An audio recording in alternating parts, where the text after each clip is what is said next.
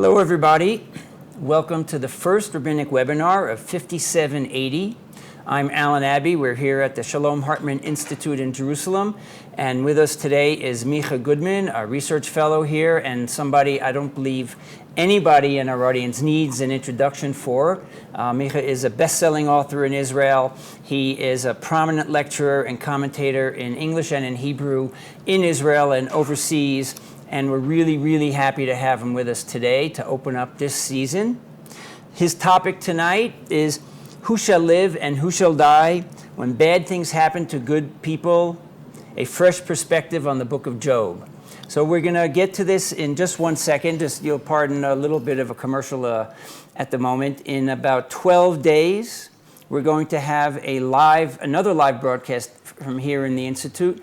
On an Israeli election night, we're going to have three top commentators, Daniel Hartman, Yossi Klein-Halevi, and Tehillah Friedman, all from the Institute. We'll be covering the elections live, but we'll go well beyond the numbers to the meaning and the impact. We hope you'll tune in. Then you'll probably see some more information about it soon.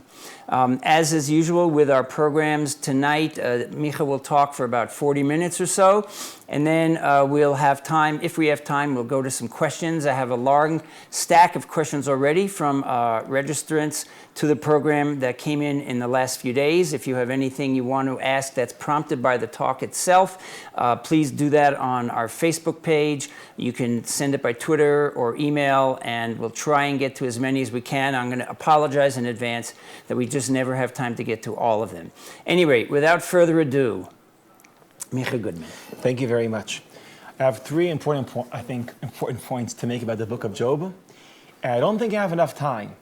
So what I'm going to do, I'm going to dive right in, no introductions, okay?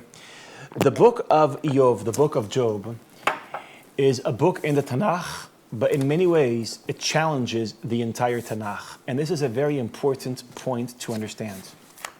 That the book that criticizes biblical theology is a part of the Bible.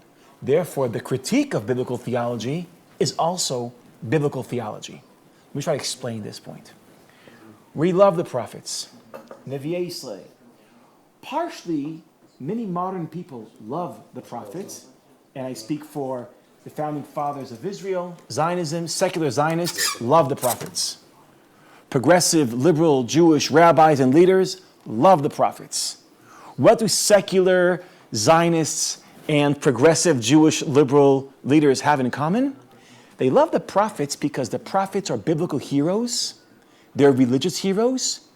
And they don't represent the religious establishment of the first temple. They criticize the religious establishment of the first people. So the Bible shows as heroes the people we're supposed to admire and adore. They're not the representatives of the religious establishment. They are the great criticizers of the religious establishment. Now, this is a very known narrative. I don't have to say this too much about this.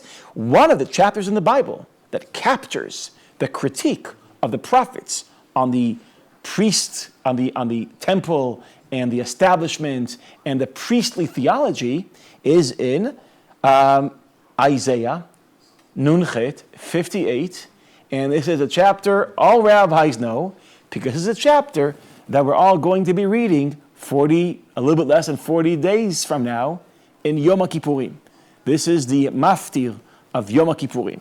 It's famous. Now, this is a maftir many of us know. Just want to listen to the critique. What does he say in the critique? He criticizes people that fast. I mean, he doesn't criticize people that fast. He criticizes people that think that they're so holy and close to God because they are fasting. Now, this is interesting, There's 929 chapters in the Tanakh. There's only one chapter that criticizes people that fast. And that's the chapter that Chazal decided that we're going to be reading in the middle of Yom Kippurim. In the middle of our fast, we'll be exposed to the critique on people that think they're so holy and close to God because they fast. You know this chapter, I'm not going to read it. I just want to capture one thing. In verse 5, he says, Hakazeh tzomif chereu, is this what God wants? Yom anot adam nafsho, halechof ka'agmon rosho, ושק ואפר יציע, הלזה תקרא צום ויום רצון אדוני. You think God wants you to be pious? To have like religious mannerisms, לחוף אגמון ראשו, like to bow down and to fast. That's not what God wants, he says. הלא זה צום אבחרו. The real fast is, פתח חרצובות רשע התר אגודות מותה. Fight injustice. That's the real fast. ושלח רתוצים חופשי, וכל מוטה תנתקו. הלא פרוס לרעב לחמך. Feed people that are hungry. That's the fast. There's obvious irony here. What God really wants is not for you to starve yourself, but for you to feed people that are starving. It's not about not eating. It's really about feeding. And he continues, "Halo paros larev lachmecha v'hana'im merudim tavi bayit." Bring poor people into your home. Ki tereh erom v'chisito mibzarcha lo tit'alem. Okay, you know this chapter. You know this narrative. What God really, people think that they get close to God through religious rituals. Isaiah says, no, it's not through religious rituals. It's through fighting for social justice. It's through taking care of the poor. Okay, that's the classic prophetic narrative. And the prophetic narrative also criticizes the theology. People that think that God will reward them for performing these rituals. They're wrong. That's what Isaiah says. That's what Hosea says. Ki chesed chafatzti lo zevach. God is interested in chesed, lo zevach. That's what Jeremiah in chapter 7 says. I want to revisit 1 minute Jeremiah chapter 7. He says people think that they go to the temple and they offer their sacrifice, and therefore they're protected. So people think if you go to the temple and you perform all the rituals and you enjoy God's immunity, they're wrong. God gives immunity from destruction, not to the people who offer sacrifice, but for the people who fight for the poor, for the ger, yatom, v'almana. Those are the people that will enjoy God's immunity.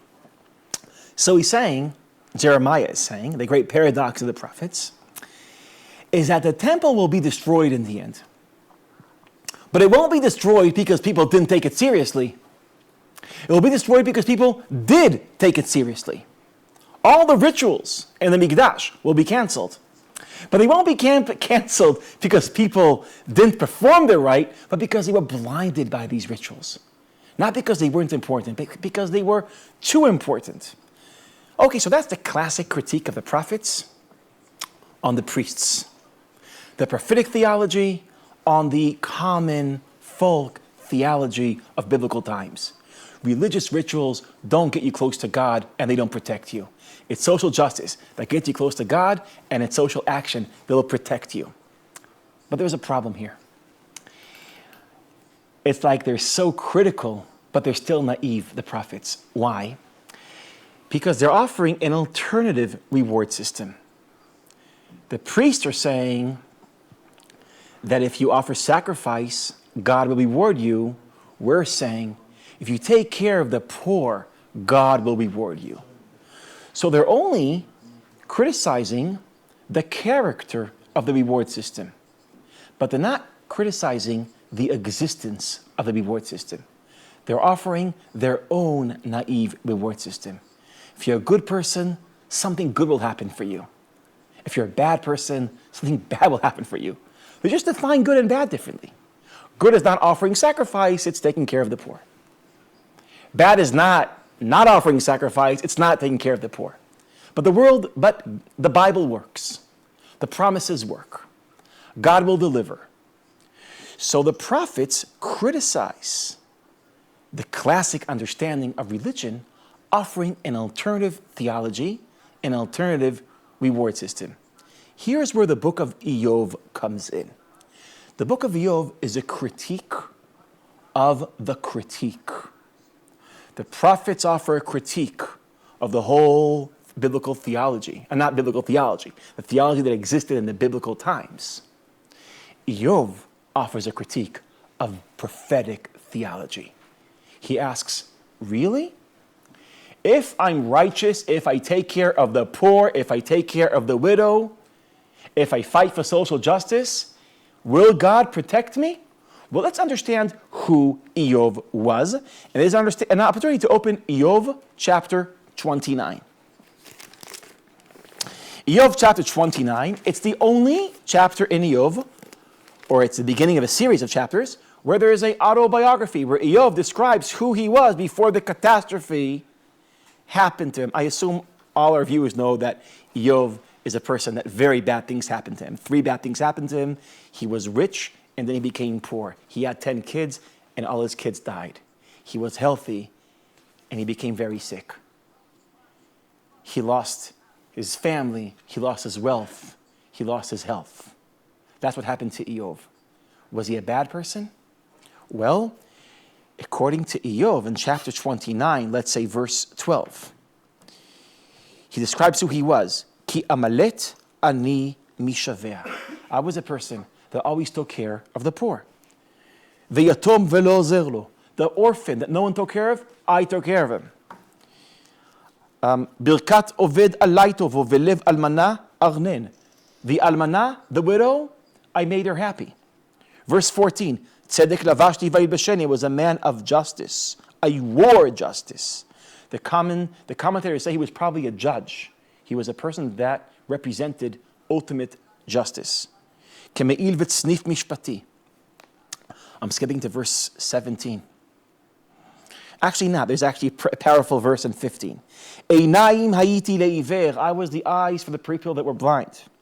V'raglayim lepiseach ani. I was legs for people that couldn't walk. Av le'anochi le'evyonim. I was the father of orphans. V'rav lo yadati ech kareu. V'aishabra metlaot avel v'mishinav ashlich teref. I fought injustice. I fought people that owned too much power. I liberated poor people from people who abused their wealth. Iyov was the personification of the prophetic fantasy. A person that fought for justice, a person that was justice, and all this happened to Iyov. The prophets say that if rituals don't protect you, the book of Iyov says justice doesn't protect you. The book of Iyov is a critique of the critique. Okay, that was my first point. The critique of the critique. Was that 10 minutes? Yes. Okay, so I think we're doing good. I want to dive in now to a second point. Iyov is the critique of the critique, and therefore it's a critique of the entire Bible. The reward system doesn't work. The Bible makes a promise to us. If you'll be good, good things will happen to you. And then the book of Iyov says, the Bible doesn't work. The promise isn't fulfilled. So Iyov criticizes the entire Bible.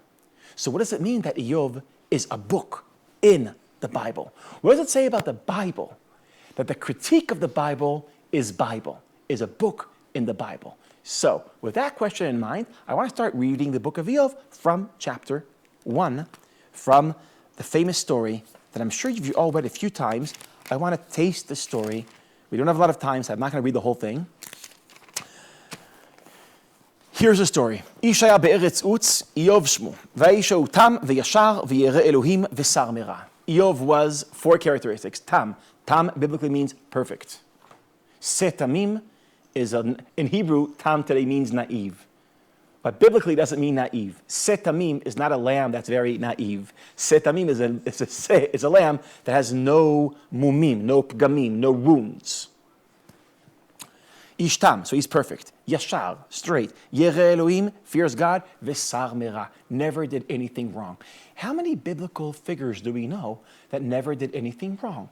And it's a trick question because there is none. What the Bible does, what it always does, it points out the problems, the sins of all its heroes. And that includes Moses, and it includes David, and it includes Shlomo. That's what the Bible does.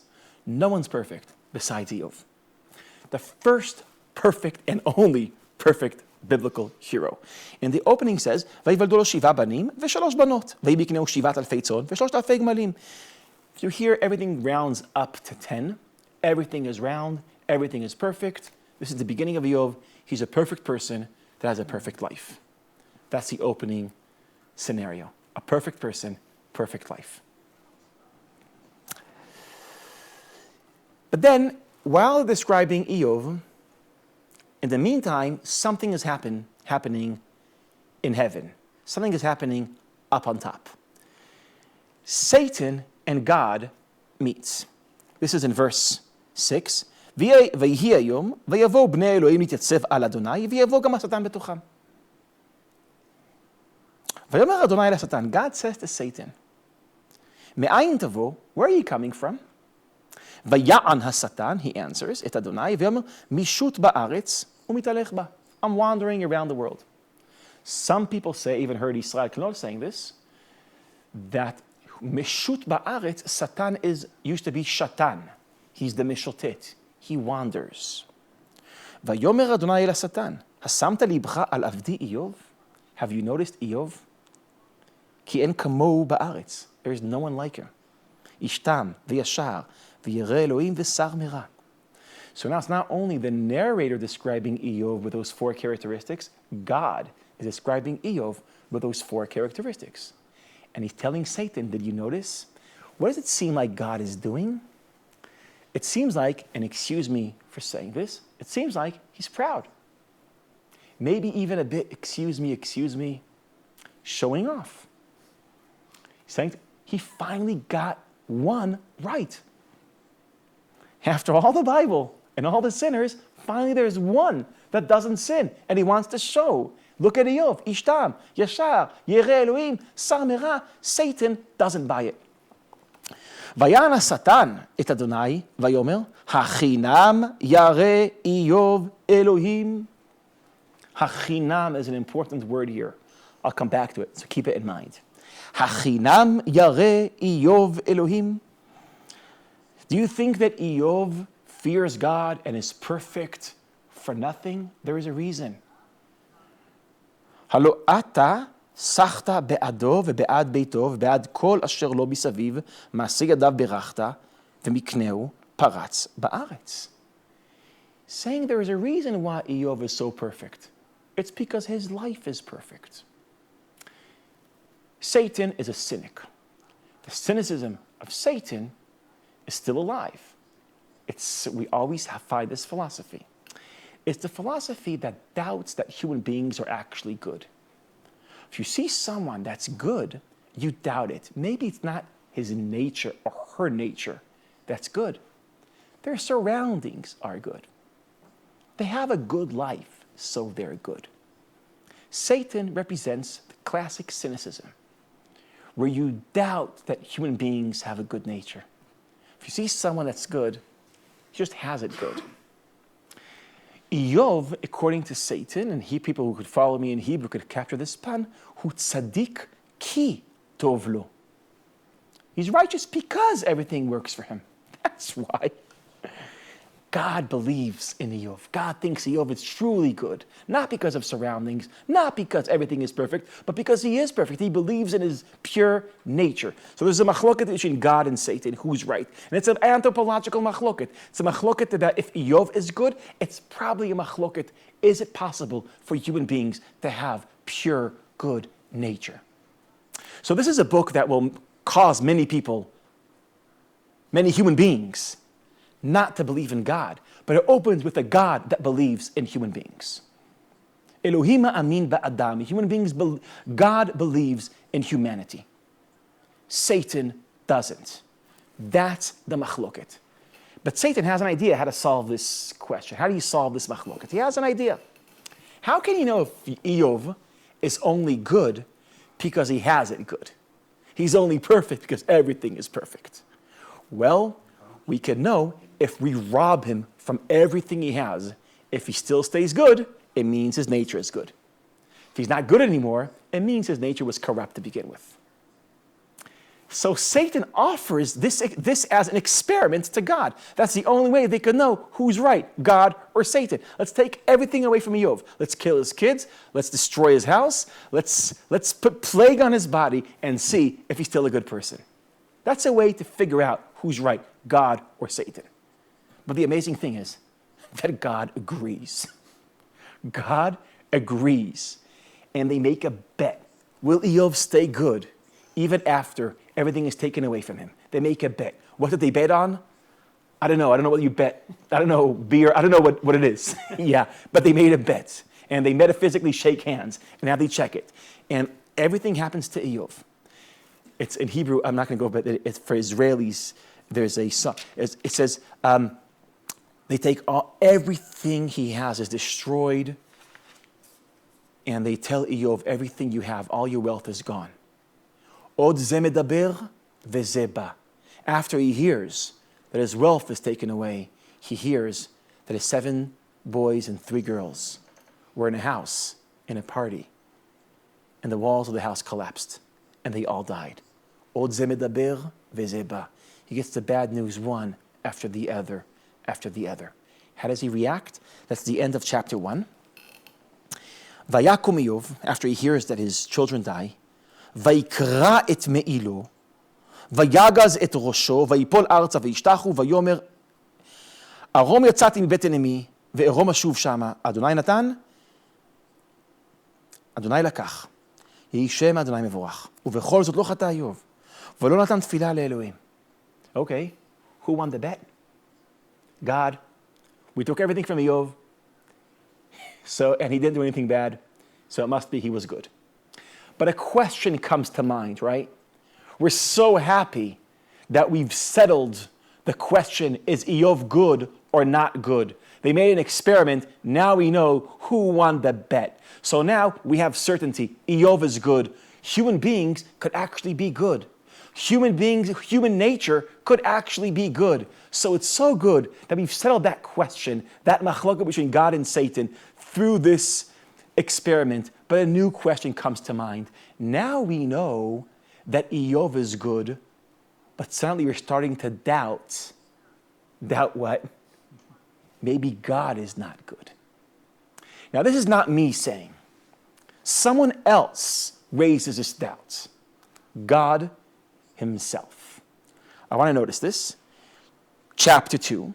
ויהי היום ויבואו בני אלוהים להתייצב על אדוני, ויבוא גם השטן בתוכם להתייצב על אדוני, ויאמר אדוני לשטן, אימי זה תבוא, ויען השטן, this is familiar from chapter 1, את אדוני, ויאמר משוט בארץ ומתהלך בה, wandering the world, ויאמר אדוני לשטן, שמת לבך אל עבדי איוב, כי אין כמוהו בכל הארץ, אין כמוהו בארץ, איש תם וישר, ירא אלוהים, ושר מרע, ועודנו מחזיק בטומאתו.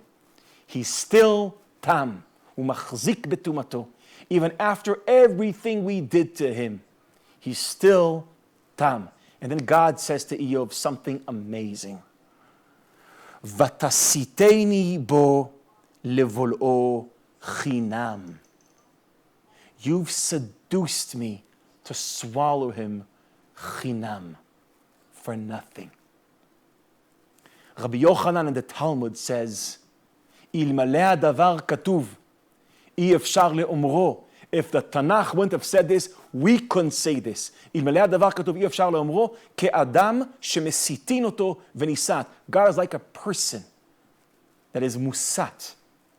That is, how do you say asata in English? Enticed?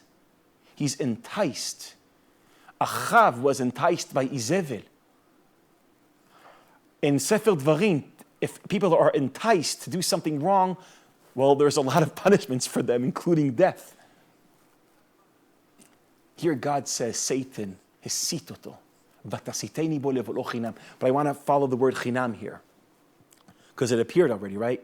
I've asked you to remember this word. Satan says about Eov, hachinam yare Eov Elohim.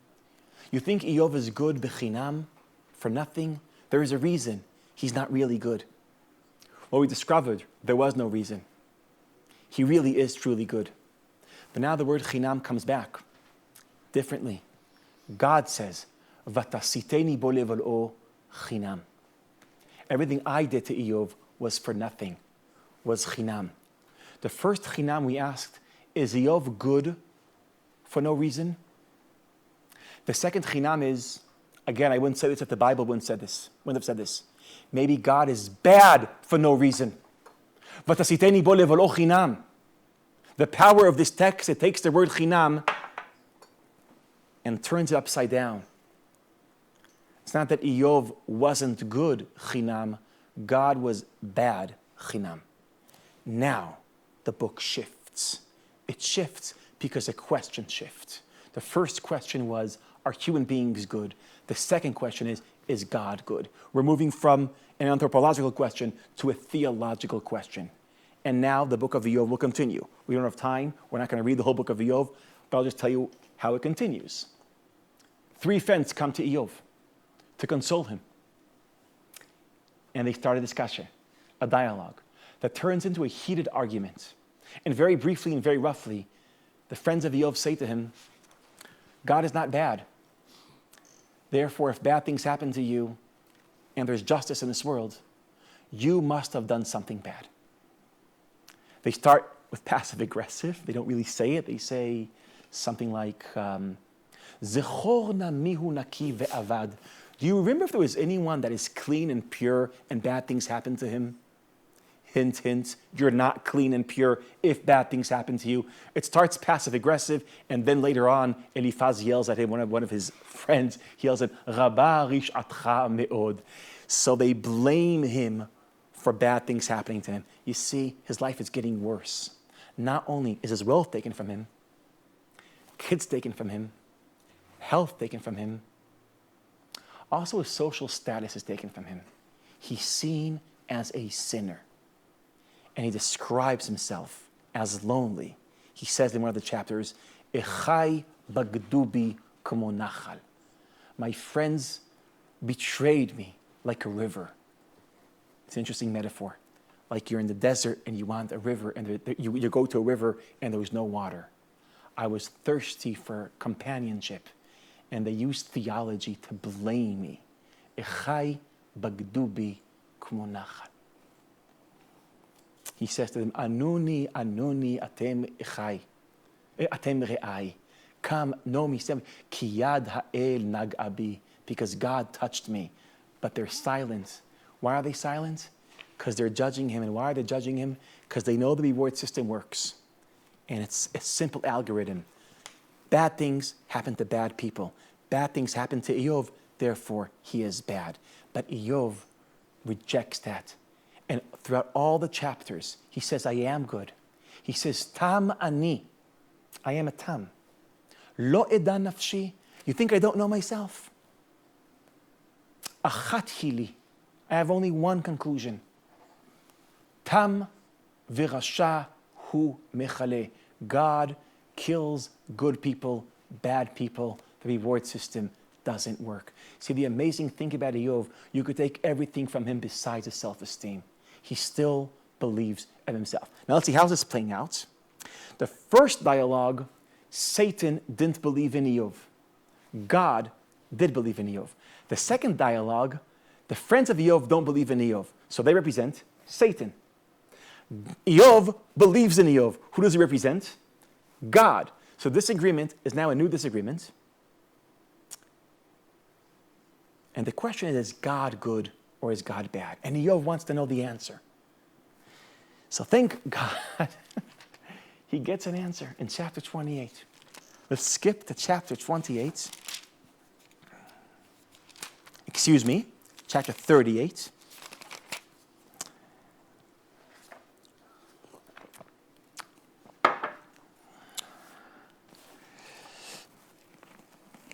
And God appears to give Iyov an answer, to tell him the answer to all the questions he's asking. How are we doing time-wise? You're close. Okay. So, to give him the answer, it's 13 minutes. I'll probably need more. So, I'm now verse 38, chapter 38, Lamed Chet. Vayan Adonai et Iyov mina se'ara. What is the se'ara? What is the storm? Is it Job's, like some people interpret, how he feels emotionally? He's in a se'ara, he's in a storm. Or is something metaphysical, like Rambam sees, like you can't really see God, be'adar afel, I don't know. We're not going into that.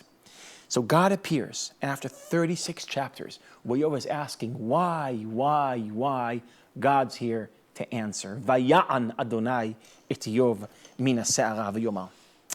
Mi ze machshich eitza b'milin blidat.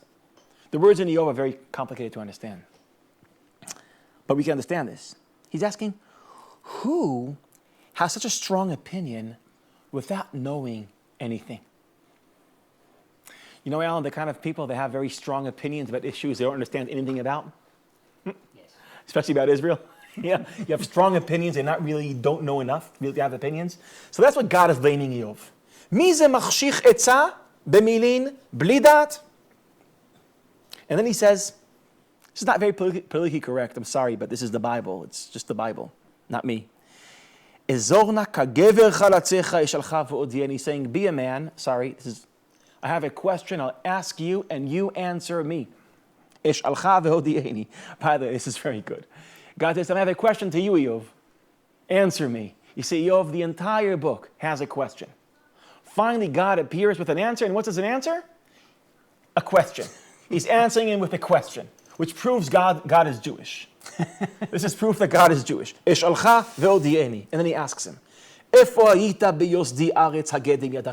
where were you when I created the world? Tell me, do you have bina? Do you have wisdom? And then he continues on with creation of the cosmos. And he goes on how complicated it was to build the cosmos. I think God's answer is the following answer. There is infinite intelligence invested in creation. The secrets of the cosmos are infinite. And therefore, human wisdom, human intellect, which is finite, can't understand the cosmic secrets. Saying, you don't know how I created the cosmos, so you have no idea what cosmic justice looks like. Now, this answer of God is the classic answer. In any course of theology, in Islam, Christianity, and Judaism, you'll find different versions of this answer, the big picture answer. Which means there is justice, there's a big picture, you always see only a part of the picture, therefore, you have to accept the fact that you're limited. You can't create objective judgment. Why? Because in order to create objective judgment, this is bad, you have to have the full picture. But since we only have a part of the picture, partial narratives, we can't create objective judgment, right? Like, for example, we're in Machon Hartman now. We can't see Machon Hartman because we're in Machon Hartman. So can I say, is it nice, not nice? When you're inside something, you can't make a judgment about everything. We are part of the cosmos, so we can't judge the cosmos. We can't say, is it just, unjust, right? You can't see something when you're a part of it. And therefore, you can't judge something if you're in it. This is God saying to Eov, he's not giving him an answer to the question. He is undermining the question. And what does Eov say? Eov, this is towards the end of this is the beginning of chapter 40, Mem. Vaya'an Eov vayomar. Eov has an answer. Harov im Sadai yasor. Eov, God says to Eov again, Harov im Shaddai Isor Mochiach Eloah Ya'anena, answer me to what I just said. And Eov says, Vayan Eov et Adonai vayomar, Hen kaloti mashivecha, hen kaloti, I'm light. How can I answer you? I think this is a metaphor we still have. I'm lightweight. How can I answer you? I'm a lightweight. Yadai samti lemofi. I'm not asking anything again. I realize you are great, I am small. My questions have no legitimacy. God has the big picture. I have partial narratives. I can't create ethical judgment of cosmic wisdom. I'm not speaking anymore. God accepts God's answer. Many students of theology throughout history accepted the big picture answer. But here is my question, Alan. Eov accepted God's answer, the big picture theory, the big cosmic enigma theory. Here's my question. Eov accepted God's answer. Can the readers of Eov accept God's answer? I think Eov accepted God's answer. I don't think the readers of Eov can accept God's answer. You know why? Because we read chapter 1 and chapter 2, and we know why Eov is suffering. And the answer is not so cosmic. The mystery, the enigma.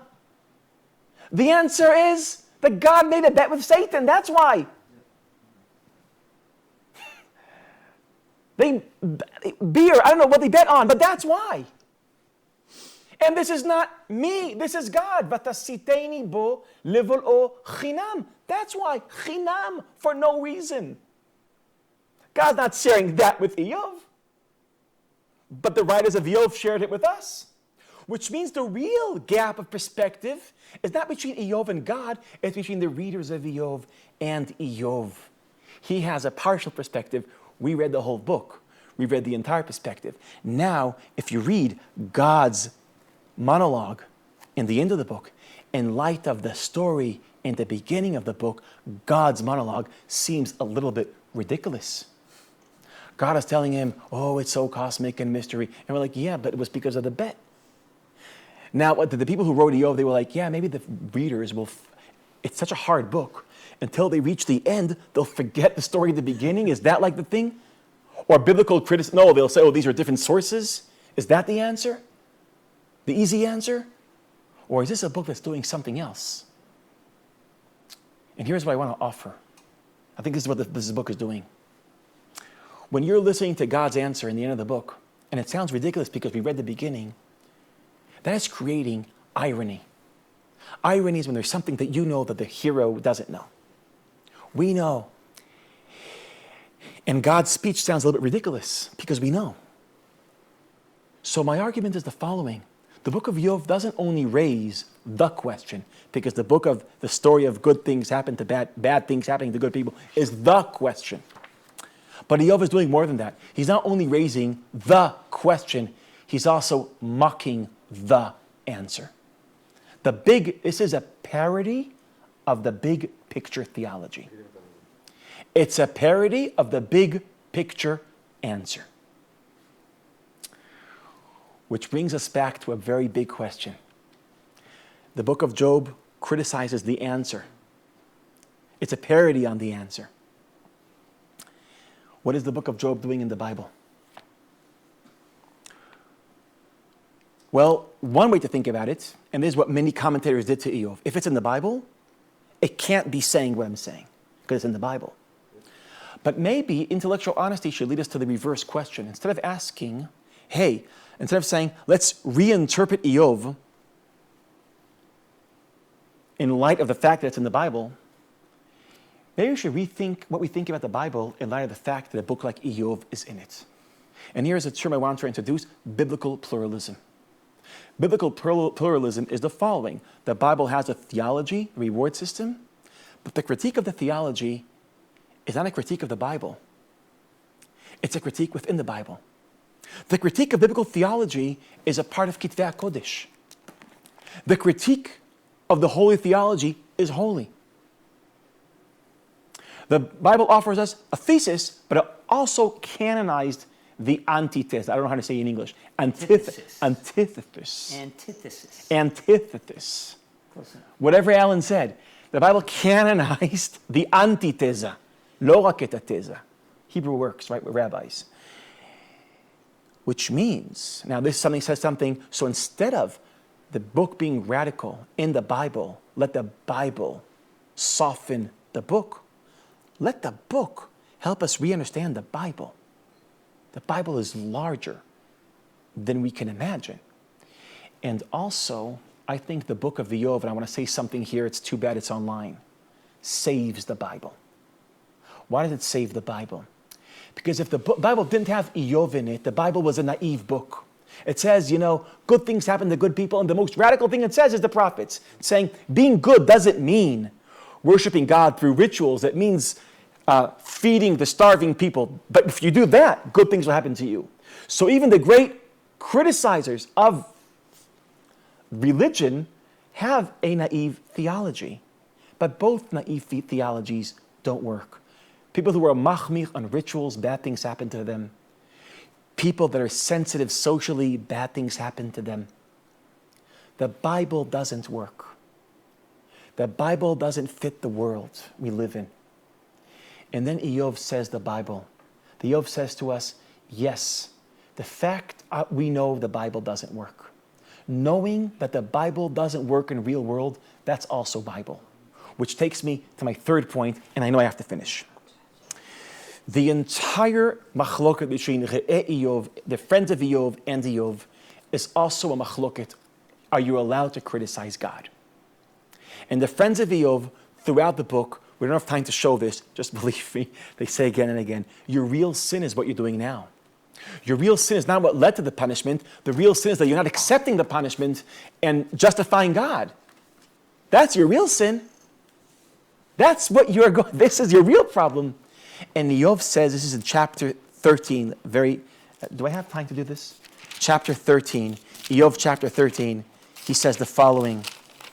He says to his friends, let's say, verse 3, Ulam ani el Shaddai adaber, ve'ocheach el ichpatz. I want to criticize God. Unbelievable. Hocheach la'el ichpatz. I want to criticize God. Ve'ulam atem toflei sheker. You're all lying. Rofei elil kulchem. You're not honest, because you know that bad things happen to good people. But because you're so righteous, you're not willing to say that out loud. And then I'm skipping to verse 6, and chapter 13 says, chapter 13 is a strategic chapter in Eov. If you want to follow this later, chapter 13 is a strategic chapter among these 42 chapters of the book of Eov. And he says in verse 6, Shimuna tochachti, listen to my critique of God. V'revot tzfatay akshivu, listen to what I'm going to say. Hale'el tedabru avla ve'lo tedabru remiyah. Are you going to lie to God about the world? Eov is saying, what does God really want? Does he want us to speak good things about him? Or does he want us to speak the truth to him? What is God interested in? Hapanav tis'u im la'el tarivun. Verse 9. Hatov ki yachkor etchem im kehatel be'enosh te'atlu bo. Do you think you could deceive God like you deceive human beings, saying everything is perfect when you know it's not? You can't manipulate God. God doesn't want us to how do you say to להתחנף? להתחנף, when you over compliment someone. Yes. Phony, false praise. Yeah, God. Yeah, great. God doesn't want false praise. He wants authentic truth. And then I'm skipping to verse 16. Gam hu li yeshua. My truth is my redemption. And he says, Ki lo lefanav chanef yavo. Someone who says chanfanut. Excuse my slang, like someone that sucks up. Yeah, hypocrite, yes. Hypocrite. Yeah. Lo lefanav chanef yavo. Chanef has a few meanings in the Bible, according in Mishlei 11, verse 6, and Jeremiah 23, chanef is a hypocrite, someone who offers false praise. Also in modern Hebrew, that's what a chanfan is. Eov says, Kilo lefanav chanef yavo. So the real machloket between Eov and Chavira and his friends is two machlokot. One, is God good? Two, are we allowed to say to God that he's not good? Eov's friends say being religious is praising God. Eov says being religious is saying truth to God. This is the third machloket in Eov. Who's right about this machloket? Eov or his friends? And this is, I think, the real radical twist in the book of Eov, and we find it in the end of the book. Open, please, the last chapter of the book of Eov. The last chapter, and with this, I will rest my case. The last chapter, Membet 42, verse 7. Vayehi achar diber Adonai et advarim ha'ele el Eov. Vayomer Adonai, after God told Eov that, the big picture theory. Vayomer Adonai Eliphaz. Now, just so you know, Eov has three friends that criticize him. They criticize him twice. Bad things happen to you, you're probably bad. But the bigger critique is, why are you saying that you're not bad? That is criticizing God, and you can't criticize God. So now God appears to Eliphaz. Eliphaz is one of the three friends. He's the more dominant one, the more charismatic one. He speaks much more words. There's also Tzufar and Bildad, and all three of them are. And there's also Elihu, but we're not going to speak about it now. And Vayomer Adonai Eliphaz, Hateimani, Chara api becha. Eliphaz was a person that was praising God the entire book and criticizing Eov for criticizing God. God says to him, Chara api becha vebeshnei re'echa. I'm angry at you. Chara api, he has rage. And the Bible, chara api, that rage leads to divine violence and to, Eliphaz is not going to survive this. He's not supposed to survive this. Why? Why is he angry at you? Ki lo dibartem elai nechona ke'avdi Eov. I think this is the most important verse in the book of Eov. Chara api becha ubeshnei re'echa. Ki lo dibartem elai nechona ke'avdi Eov. One way to read this, I'm angry at you because you didn't speak correctly to Eov. But that's reading the word nechona using modern Hebrew. To daber nachon means speak correctly, with grammatically or with manners or whatever. But in the Bible, nechona means something else. If you look at Psalms chapter 5, you'll see that nechona could also mean in the Bible milishon kenut, with honesty, authentically. Let's read it again. Lo dibartem elai nechona ke'avdi Eov. Eov spoke truth. You expressed phony compliments. There's a machloket in Eov. What does God want? Our truth or our praise? And the book of Eov says God wants our truth, not our praise. What is being religious? And with this I want to end. One of the most important things I learned from David Hartman, and with this I'll end, and maybe save my religious life, is the following. Many times we think being religious means, being religious, you offer a lot of sacrifice to be religious. Time, you do things you don't want to do, you don't eat things you want to eat. You're sacrificing, you're not doing things that you want. Those are important sacrifices we make for our religious life. Money, other things, we make sacrifices for our religious life. Is our intellectual honesty one of those sacrifices? When I walk into synagogue, am I supposed to suddenly become very naive in order to perform in synagogue? According to the book of Eov, not only do we not have to sacrifice our intellectual honesty when we enter synagogue, when we worship God, it's the other way around. We sin if we're sacrificing our honesty. That's the sin of Eliphaz. That's the sin of the friends of Eov. What God wants is our intellectual honesty is not something we have to overcome to get close to God. It's something we need to express to get close to God. So the book of Eov is a critique of the critique. The book of Eov is a critique of the answer. And the book of Eov makes a point that honesty is not something we have to sacrifice. It's something we have to express when we want to get close to God. Those are the 3 points I wanted to offer reading Eov right before Rosh Hashana and Yom Kippurim. Thank you for listening to me. Well, Micah, as usual, my mind is blown by your commentary and the way you take taking the naivety out of our understanding of the Bible. As a former journalist, I'd say this is probably, I could call this a proof text of of journalism, that speaking truth to power and intellectual honesty, a term you use that I've used many times in speaking of journalism, but that's for another time. Okay, thank you. I have a few questions from our audience, and we don't have time for all of them. Again, I'm going to apologize. How long we does don't it get take to me? all of this. We have a few minutes left. Okay. But here are 2 questions that are related. One is from Lori Spear in New York, and the other is from Susan Everback in San Francisco. And both regard the ending of Eov, where it has a good ending. It has a happy ending, is tacked on. Lori Spear says, which ending is considered authoritative? How does the story and our reaction change when we read the older, shorter version? And Susan Everback asks, Would you agree that the last part of Job, his restoration of good fortune, was tacked on to the original story? Yeah, I don't want to go into like the question of how it was edited, because my assumption is I want to read the book of Job the way it's presented to us. Yeah. So I'm asking, okay, the editors of Job, what did they want him, what the point they want to make? And I think, very briefly, this is a very serious question. I don't have enough time to answer. But the end of Job has a lot to do with another story going on in Job, which I didn't discuss. The relationship between Job and his friends. Now you see, Alan, they start off as great buddies, very close friends. There are three people come, they see him, and they cry, and they rip off their clothes, and they fall on the floor, and they're silent for 7 days and 7 nights. True empathy. Job's first reaction was to tear his clothes. They do that. They have real empathy with him. And then Job starts speaking. And Job says, Yovad Yomun Yoladi.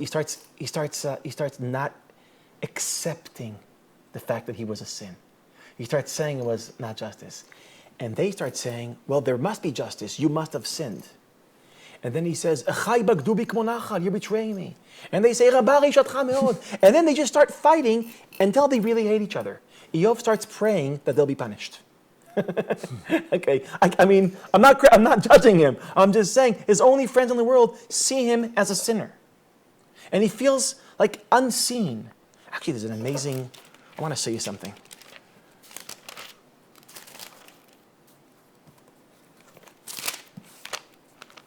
This will take me a minute, but I think it's worth it.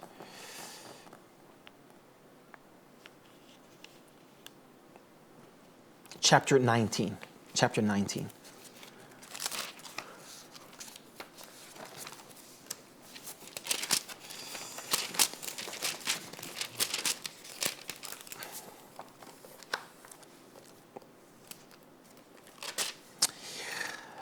He described in chapter 19 his loneliness.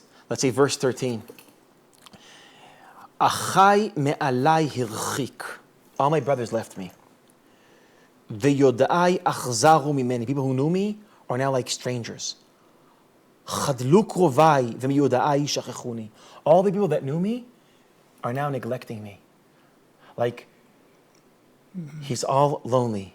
Gerei beti ve'amaotai lazer tachshavuni. People that were working for me now see me as a foreigner.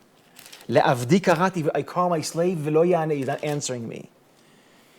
And I'm moving, ruchi zara le'ishti, my wife doesn't like me anymore. So he's going through this process of complete loneliness. And I'm skipping to verse 21.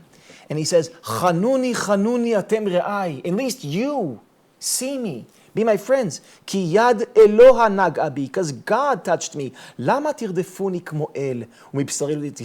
Why are you persecuting like God is? You're the extension of the persecution of God. So he's criticizing his friends for not being loyal to him, not being his friends. And then he says, verse 23.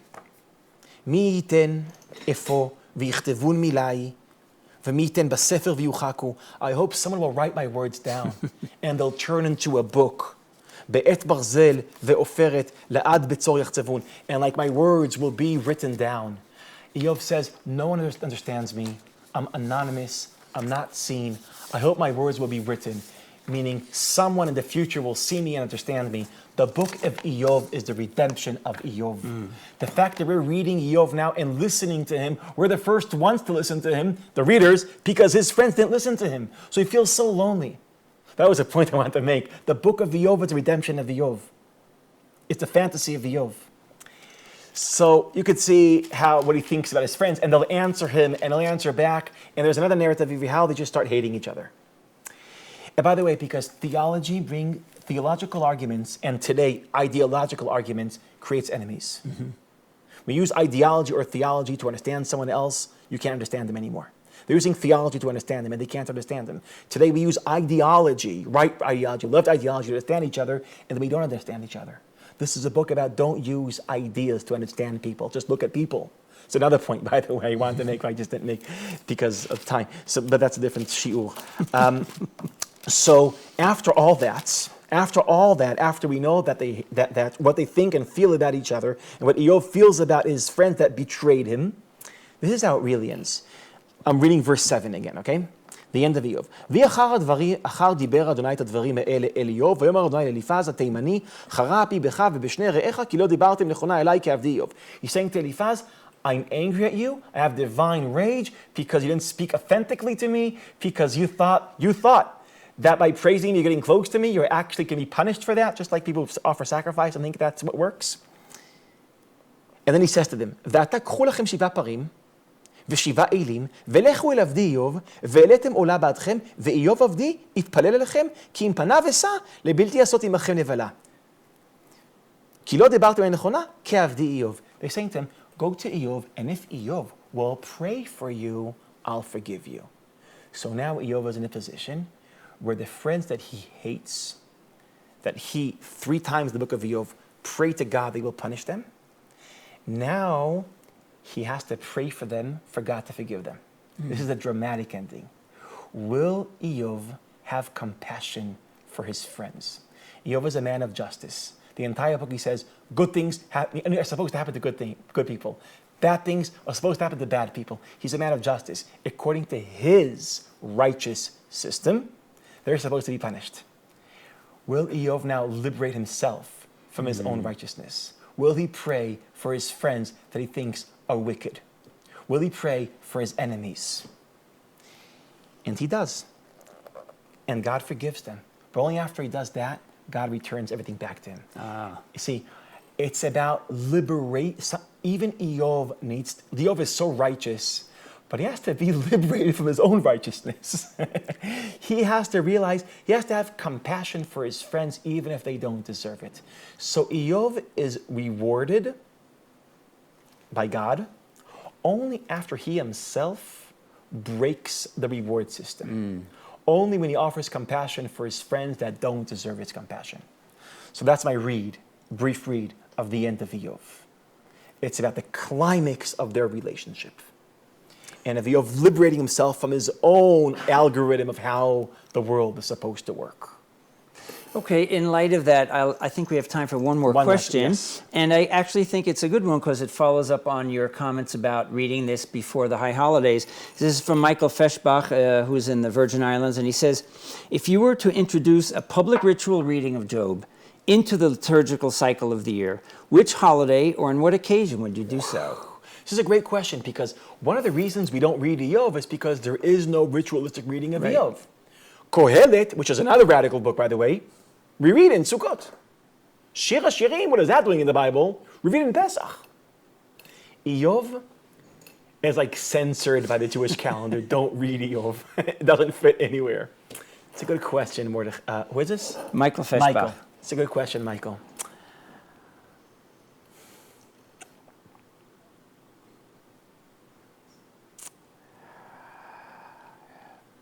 In Musaf Yom Kippurim, there is a part in Musaf, Ele Izkara, about Aseret Harugei Malchut. And that is a prayer where you recognize that bad things happen to good people and we can't understand why. This idea is absorbed in the ritual. And the only Chag I know that recognizes a theology that's not naive, that sees recognizing the truth as something that we should say out loud in Shul, is in Musaf Yom Kippurim.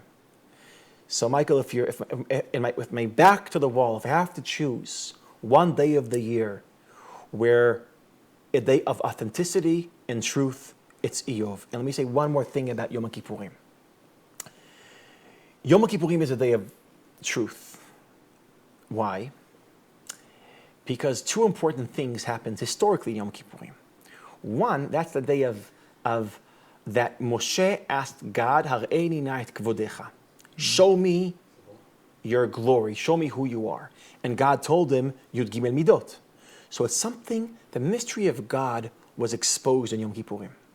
Yom Kippurim is the only day where we're allowed to call him in his name. Kohen Gadol, that represents humanity, we call him in his name. It's the only day we're allowed to enter his private room, the Kodesh Kodashim. So all year there's distance between human beings and God. And Yom Kippurim is where you say his name, you walk into the Holy of Holies. It's a day where things are exposed. But maybe the challenge of the book of Eov is not only to see God directly, to see him behind the curtain of the Kodesh Kodeshim, metaphorically speaking. It's to see reality directly. And the big question is, when I'm honest about reality, can I get close to God?